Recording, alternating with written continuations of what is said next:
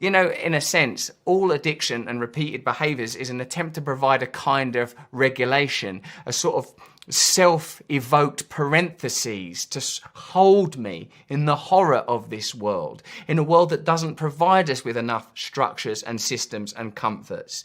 When someone said to me once, "Well done you, how clever of you to become a heroin addict, how you found a way out. You found a way of dealing with your feelings." In a sense, any of us that have got some behaviour that's no longer working for us should be applauded for at least attempting to make life manageable. But the problem is, as we learned in step one, that behaviour is no longer working. It has to be arrested. It has to be addressed. Now we tentatively, somewhat timidly, embark on a journey of hope. It's pretty frightening. It's frightening to be a drug addict and put down drugs. It's frightening to be a codependent person and say, no, I'm going to relate to my partner differently now.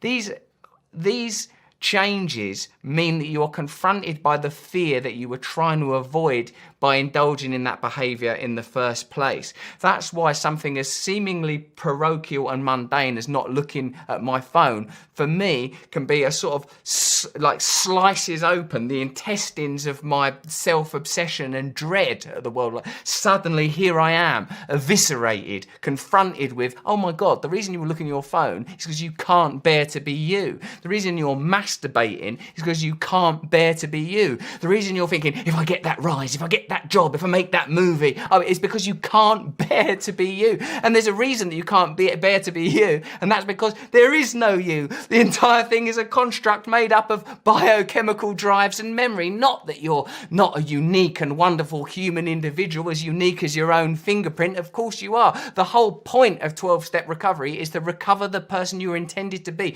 That assumes that there was an innate teleology that you were embarking upon as surely as a seed becomes a tree. No one would question that ordinary miracle that encapsulated there within the acorn is the miracle of the mighty oak. None of us questions that, and few oak trees in their adolescent sapling stage have some overbearing father or negligent mother barking at them that they're too fat or they're not good enough or they'll never be as good as their brother tree.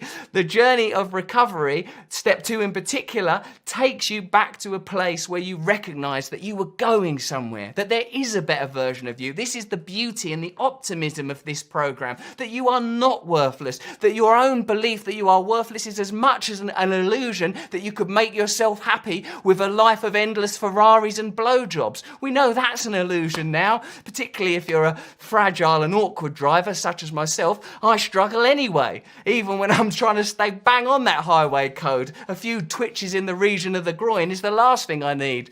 Straight into the crash barriers.